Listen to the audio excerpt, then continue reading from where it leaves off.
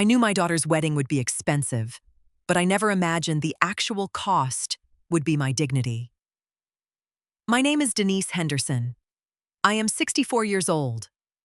I have been a widow for nearly 12 years. And I learned a long time ago that you teach people how to treat you by what you choose to tolerate.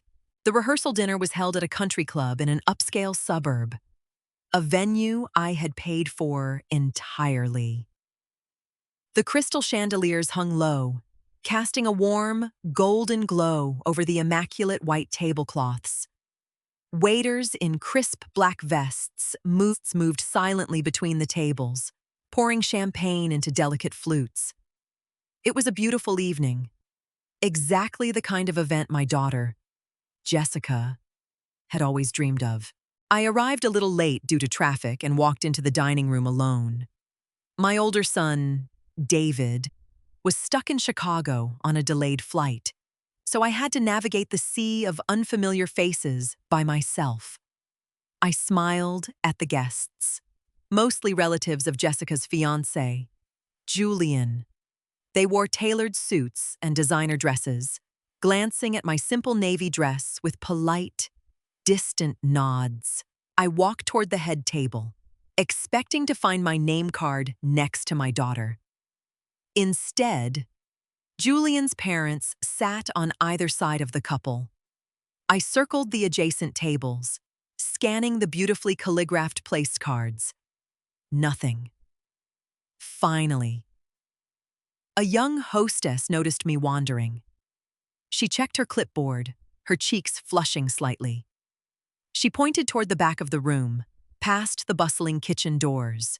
There, tucked beside the bustling coat check room, sat a small, wobbly, folding table. It didn't even have a matching tablecloth.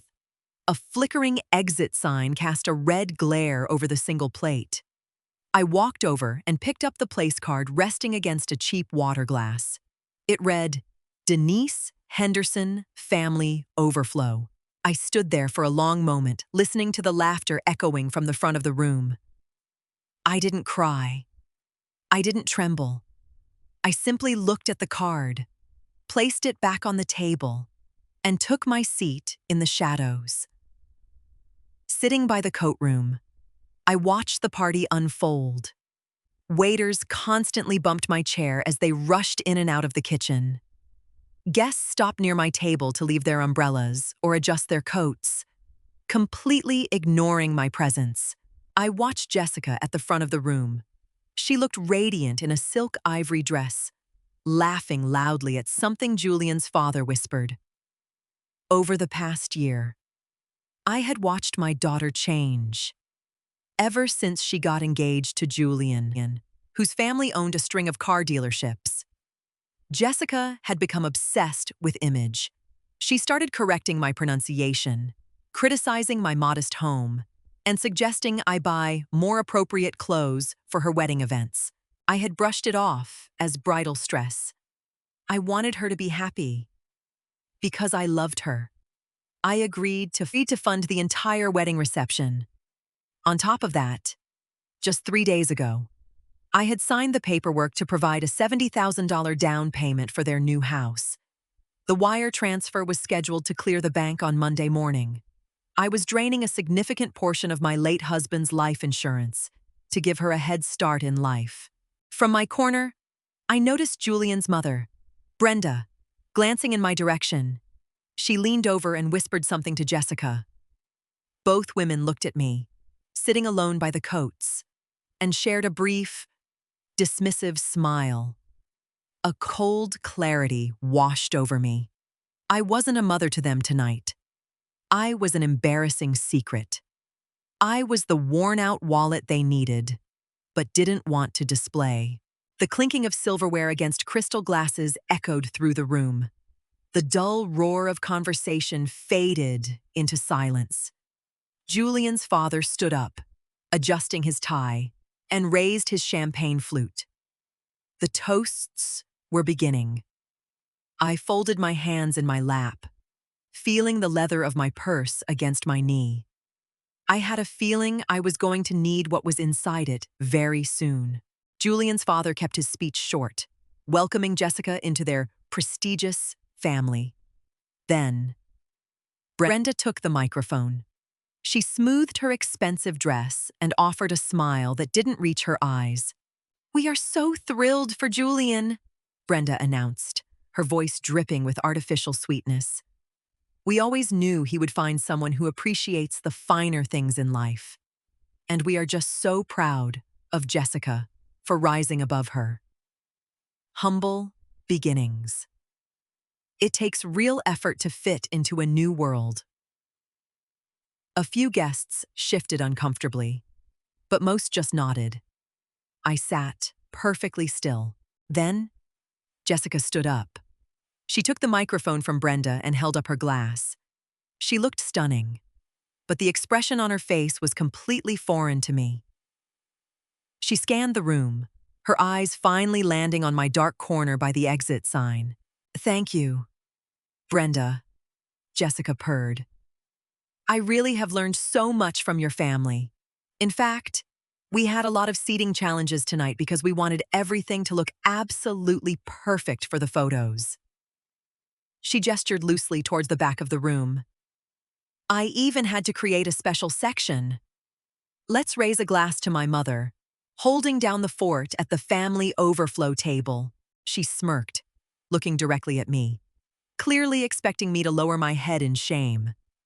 She thought I would accept the humiliation just to keep the peace. A wave of laughter rippled through the room. Julian's friends chuckled. Brenda covered her mouth, highly amused. They all turned to look at the punchline sitting by the coats. I didn't look away. I didn't shed a single tear. I stared right back into my daughter's eyes.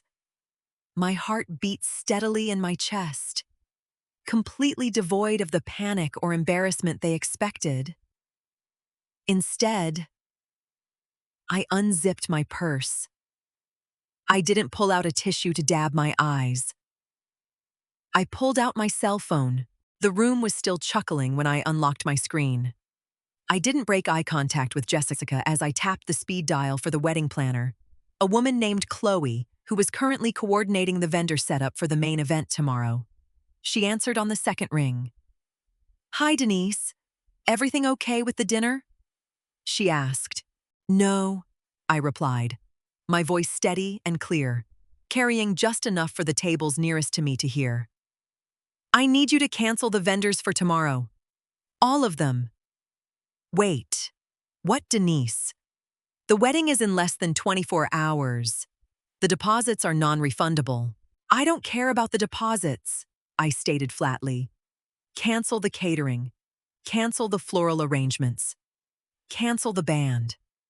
My credit card is the only one on file. If any vendor sets foot on that property tomorrow, I will dispute the charge as unauthorized. Cancel everything." I ended the call and slipped the phone back into my purse. The laughter in the room had completely died. The silence was absolute, heavy, and suffocating. Jessica's smirk had vanished, replaced by a pale, open-mouthed stare. Julian looked wildly between me and his mother. I picked up my purse, pushed my chair back, and stood up. I didn't rush. I smoothed the skirt of my navy dress, completely ignoring the stunned faces of the wealthy guests staring at me. I walked straight down the center aisle of the dining room. I didn't look at Julian. I didn't look at Brenda. I kept my eyes fixed on the grand oak doors at the front of the hall. As I passed the head table, Jessica finally unfroze. "Mom," she whispered, her voice cracking. I didn't answer. I pushed the heavy doors open and stepped out into the cool evening air. Behind me, I heard a chair scrape violently against the hardwood floor, followed by the frantic clicking of heels. "Mom, stop walking." I had just reached my car in the valet lot when Jessica grabbed my arm. She was breathing heavily, her face flushed with anger rather than remorse. "What are you doing?" she demanded, her voice shrill. Are you insane? You can't just cancel the wedding planner. I gently but firmly removed her hand from my arm. I can, and I did. You are embarrassing me in front of Julian's entire family, she yelled, gesturing wildly toward the country club. It was just a joke. Mom, you're overreacting because you're sensitive about money. You promised to pay for tomorrow. I looked at this woman, wearing a dress that cost more than my first car, and realized I didn't know her anymore. I promised to support my daughter, I replied calmly. But the woman in that room isn't my daughter. I am not funding a party where I am the punchline. You wanted to impress them by treating me like trash. Congratulations. You have their attention now. Let them pay for the catering. Jessica blinked, shock finally replacing her anger. They can't. Julian's parents didn't budget for the reception. The vendors won't show up tomorrow. That sounds like a problem for the head table, I noted. I opened my car door. Jessica grabbed the door frame, panic setting in. Mom, please, just call Chloe back. Fix this. I am fixing it, I answered. I am setting a boundary. You are an adult. Jessica, you made your choice in there. Now you get to live with it. I pulled her hand off the door frame, got into my driver's seat, and locked the doors. She stood in the parking lot, her ivory dress glowing under the streetlights, yelling something I couldn't hear through the glass. I put the car in drive and pulled out of the lot, feeling an unexpected wave of pure relief wash over me. I woke up the next morning to the sound of birds singing outside my bedroom window. The house was quiet, smelling faintly of the lavender polish I used on the antique dresser. I stretched, realizing I had slept a full 8 hours for the first time in months. I walked into the kitchen, started the coffee maker, and finally glanced at my cell phone. 52 missed calls. Over 100 text messages.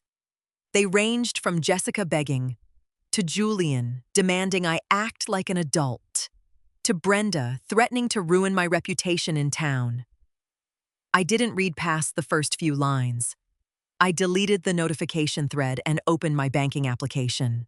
With 3 taps on the screen, I canceled the pending wire transfer for Jessica and Julian's house down payment. The $70,000 immediately settled back into my high-yield savings account. I closed the app, poured my coffee, and walked out to the back porch.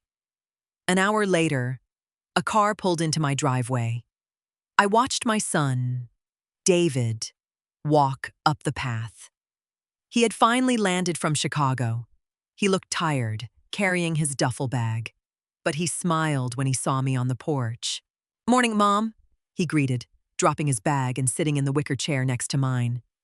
I have about 40 insane voicemails from Jessica. Care to fill me in? I handed him a cup of coffee and calmly recounted the events of the rehearsal dinner. I told him about the folding table, the toast, the smirk, and the phone call. David listened quietly, sipping his coffee. When I finished, he didn't look shocked or angry. He just sighed. "I told you she was getting out of hand," David murmured. "Are you okay?" "I'm perfectly fine," I answered. The peaceful morning shattered when a sleek black SUV aggressively pulled into the driveway, tires crunching loudly on the gravel. Jessica and Julian practically leaped out of the vehicle, marching straight toward my front porch. I didn't stand up when they reached the porch steps. David remained seated as well, simply crossing his arms over his chest. Jessica looked terrible. Her eyes were red and puffy, and her hair was tied in a messy knot. Julian looked furious, his jaw clenched tight. "Unlock the phone, Mom," Jessica demanded, skipping any form of greeting. "Chloe said if we wire $40,000 by 11 o'clock, she can salvage a buffet and get a local DJ. You need to call the bank right now." "Good morning to you too, Jessica," I replied smoothly. taking a sip of my coffee. "You're trespassing." Julian stepped forward, puffing his chest out in a pathetic attempt to intimidate me. "Listen, Denise, we've had a stressful morning. You made your point last night. Now it's time to stop this childish tantrum and fix the mess you made. People are expecting a wedding. I suggest you point that SUV toward the nearest grocery store and buy some cold cuts." "Julian," I advised, "because I am not paying a single dime." Jessica stomped her foot on the wooden stairs. "You can't do this. You promised. You promised Dad before he died that you would take care of me." "I took care of you for 26 years. I corrected her. "Your father would have dragged you out of that country club by your ear if he had heard you speak to me that way. My financial support ended the second you called me Overflow." "It was a joke," she screamed. "It was a test," I shot back, my voice lowering, stripping away any room for argument. "You wanted to see how far you could push me to impress these snobs. You pushed too far. The bank is closed to you. Now, get off my porch before I have David turn the sprinklers on." Julian sneered. "Fine. Keep your pathetic catering money. We don't need it. We're closing on the house Monday anyway.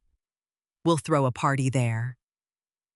I looked at him and smiled. Julian's smug expression faltered when he saw my smile. He looked at Jessica, then back at me. "What is so funny?" he demanded, his corporate authority completely evaporating. I reached into my pocket, pulled out my phone, and opened my banking app. I held the screen up so they could clearly see the account balance and the recent transaction history. "The wire transfer is canceled," I stated simply. "The $70,000 for the down payment is back in my retirement account. You aren't closing on anything on Monday." Jessica gasped, stumbling backward as if I had physically struck her. The color completely drained from her face. "Mom! No.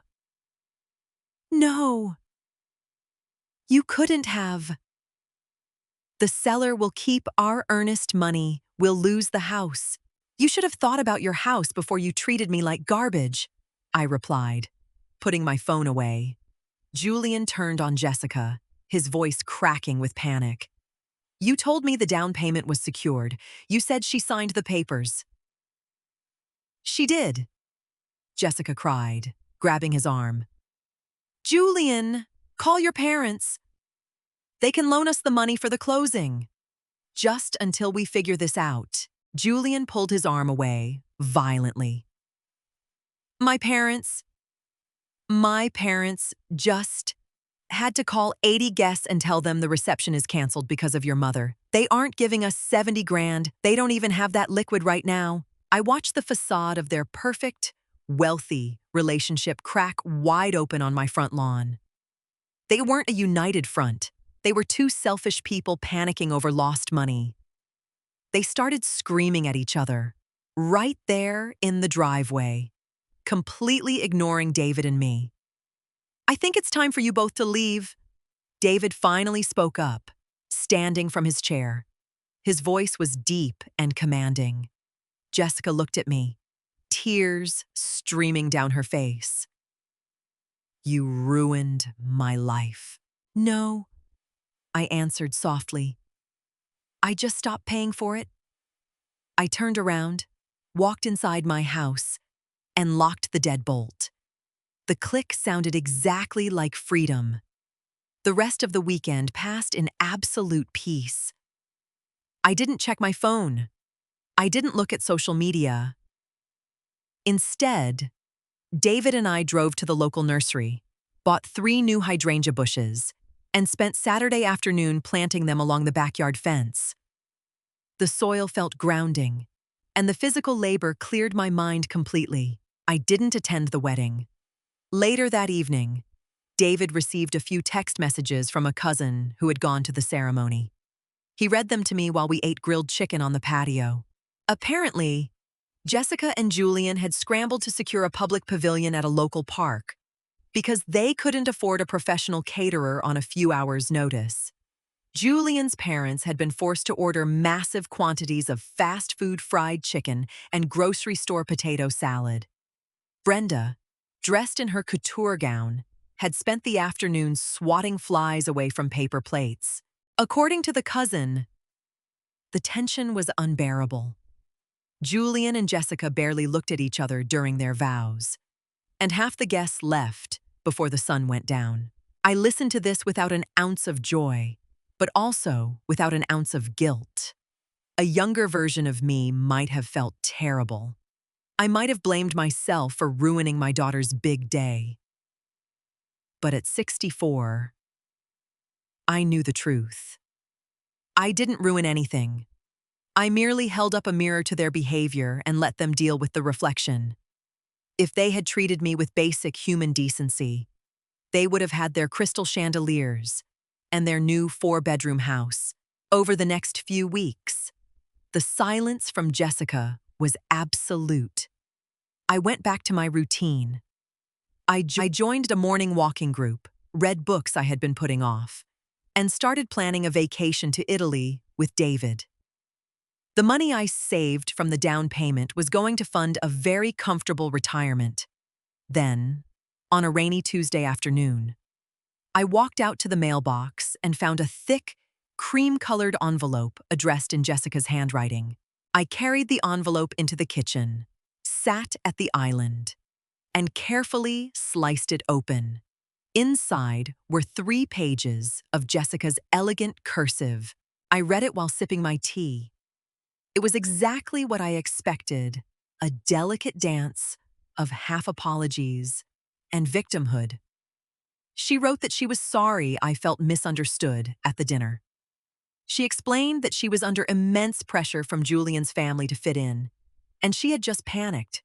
She spent the last page complaining about how hard her life was now, living in a cramped 1-bedroom apartment with Julian, who was constantly angry about the lost house. She ended the letter by asking if we could meet for coffee to discuss moving forward financially. I folded the letter, walked over to my desk, and dropped it into the bottom drawer. I didn't reply. I didn't call. A boundary without enforcement is just a suggestion, and I was done making suggestions. I love my daughter, but love does not require financial martyrdom. I refuse to be a stepping stone for someone who actively tries to drown me. Maybe one day, when she learns the difference between a mother and an ATM, we can have a relationship. Until then, my door remains locked. I took back my money, my dignity, and my peace of mind. Now, I spend my days tending my garden, traveling with my son, and living exactly how I want to. To anyone watching this who has ever been pushed to the overflow table in your own life, whether by a child, a spouse, or a friend, remember this. You hold the keys to your own life. You don't have to scream. You don't have to argue. And you certainly don't have to stay. Sometimes, the most powerful thing you can do is stand up, pull your funding, and walk away. Tell me where you're watching from. Drop a 1 in the comments if you think I was right to cancel the wedding in the house. Drop a 2 if you think I should have handled it differently. And if you are currently sitting at an overflow table, I hope you find the courage to get up. Your peace is worth it.